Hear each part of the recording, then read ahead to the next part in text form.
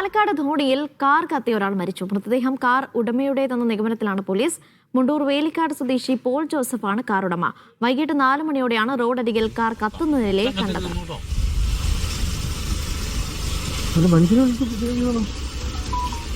ഇത്രയും പുതിയ വണ്ടി കത്തണമെങ്കിൽ എന്തെങ്കിലും കത്തില്ല.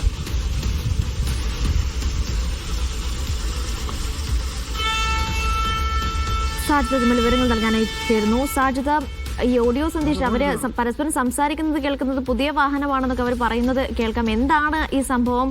അല്ലെങ്കിൽ എന്തെങ്കിലും ദുരൂഹത പോലീസ് ഈ ഘട്ടത്തിൽ സംശയിക്കുന്നുണ്ടോ സാജിദ? അനീഷ, ധോണി അരിമണി എന്ന സ്ഥലത്താണ് കാറ് കത്തിയത്. 2 ഭാഗത്തും വയലാണ്. വയലിനോട് ചേർന്ന ഒരു സ്ഥലത്ത് കാർ പാർക്ക് ചെയ്ത നിലയിലാണ്. i20 കാറാണ്. അത് പൂർണ്ണമായി കത്തി നശിച്ചു. ഈ മൃതദേഹം പൂർണ്ണമായി കത്തി കരിഞ്ഞ നിലയിലാണ് ഉള്ളത്. അസ്ഥികളും മറ്റുമാണ് ലഭിച്ചിരിക്കുന്നത്. ആദ്യം ഈ കാറ് കത്തുമ്പോൾ ഈ കണ്ട ഒരു വ്യക്തി നമ്മോടൊപ്പം ചേരുന്നുണ്ട്. ഈ നിങ്ങൾ കാണുമ്പോൾ എന്ത് നിലയിലായിരുന്നു? കാറ് കത്തിക്കൊണ്ടിരിക്കുകയായിരുന്നു. ഞാൻ വരുമ്പോൾ കാറ് മുഴുവനായി കത്തിക്കൊണ്ടിരിക്കുകയായിരുന്നു. നമുക്കൊന്നും ഈ തീ അണയ്ക്കാനും ഒന്നും പറ്റുന്ന സാഹചര്യം ആ സാഹചര്യമല്ല. നമുക്ക് അടുത്ത് പോകാനും കൂടി പറ്റാത്ത സാഹചര്യമായിട്ട് ഫയർഫോഴ്സ് ഫയർഫോഴ്സ് എത്തിയിട്ടാണ് തീ അണച്ചത്. ഇപ്പോൾ ഈ ഗ്ലാസ് പൊക്കിയ നിലയിലായിരുന്നു?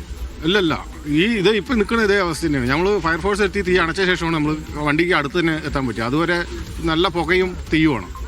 നമുക്ക് എന്താണ് അവസ്ഥ എന്നും കൂടി അതിനകത്ത് ആളുള്ള കാര്യം കൂടി അറിയില്ലായിരുന്നു. ശബ്ദമൊന്നും കേൾക്കുന്നൊന്നുമില്ല.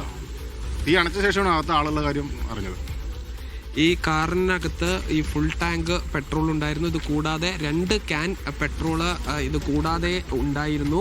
എന്തായാലും ഈ മൃതദേഹത്തിൻ്റെ ചില ഭാഗങ്ങൾ ആംബുലൻസിൽ കയറ്റി വെച്ചിട്ടുണ്ട്. ഈ പഞ്ചായത്ത് മെമ്പർ കൂടി നമ്മോടൊപ്പം ഉണ്ട്. ഇപ്പോൾ കിട്ടുന്ന വിവരങ്ങളനുസരിച്ച് പോൾ ജോസഫ് എന്ന വ്യക്തിയാണ് മരിച്ചിരിക്കുന്നത്. അതെ, പോൾ ജോസഫ് എന്നാണ് പറഞ്ഞത്. ഞങ്ങൾ ഒരു ജയിച്ചതിൻ്റെ നന്ദി പ്രകടനമായിട്ട് ചൂലിപ്പാടം ഭാഗത്തായിരുന്നു. അപ്പോഴാണ് നമ്മളിങ്ങനെ ഫോണിലും കണ്ടു. പിന്നെ ഒരാൾ വിളിച്ച് പറയുകയും ചെയ്തതിൻ്റെ അടിസ്ഥാനത്തിലാണ് ഇവിടെ വരുന്നത്. ഇവിടെ വരുമ്പോഴേക്കും ഇതേ അവസ്ഥയായിരുന്നു. പിന്നെ ജനങ്ങളെല്ലാവരും ഉണ്ടായിരുന്നു, പോലീസുകാരുണ്ടായിരുന്നു. എന്ത് സംഭവിച്ചു എന്നാണ് മനസ്സിലാക്കുന്നത്? നമ്മളിപ്പോൾ എങ്ങനെ പറയുന്നത്? ഇപ്പോൾ ഈ അവസ്ഥയിലായ കാരണം പറയാൻ പറ്റിയൊരു എന്തായാലും ഈ മരണം എങ്ങനെ അപകടം ഉണ്ടായി എന്നത് സംബന്ധിച്ച് ഇപ്പോഴും ഒരു വ്യക്തത ഇല്ല.